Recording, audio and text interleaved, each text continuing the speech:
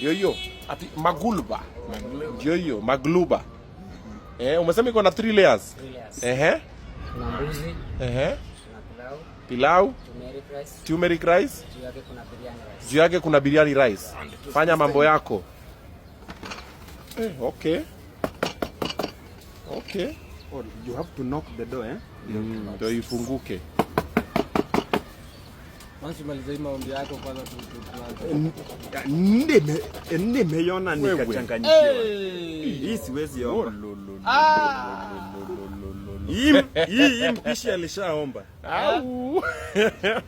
Wewe. ingine god. Wewe, ndio hiyo.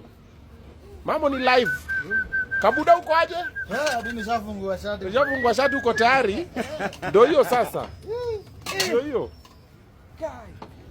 Maguluba.